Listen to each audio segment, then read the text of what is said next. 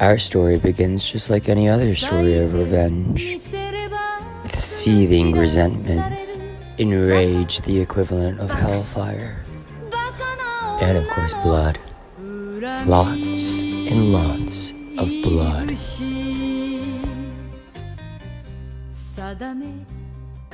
You may be asking yourself right about now why we choose to use such a possessive pronoun such as ours, and such a rather personal one as they, rather than you, we, us. Well, that is because those other pronouns simply could never meet the emotional depths and grand multitudes of personalities that exist within Gentleman Goo Goo.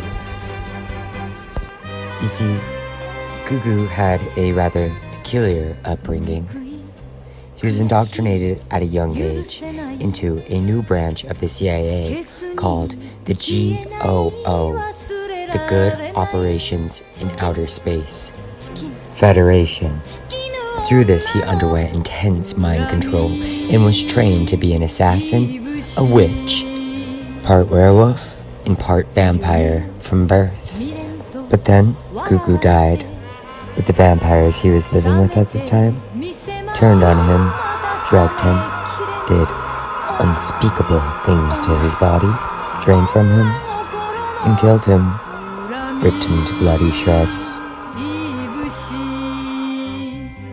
But what they didn't know was that Goo Goo was one of 9 agents who were able to survive the hybridization process, thus becoming a direct descendant of Hermes Trismegistus, giving Goo Goo the ability to walk through life and death at will, and to summon what is called one of the oldest powers in the universe, a Xero Point Reality, ultimately providing him everything he needs to create his own personal heaven and his own personal hell.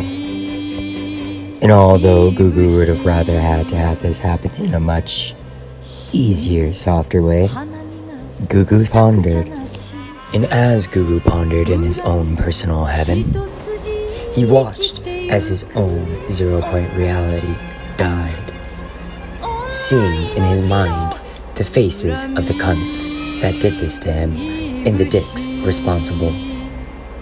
But just as all hope was lost, Goo Goo saw in the distance what looked to be a light, a almost second sun approaching Earth.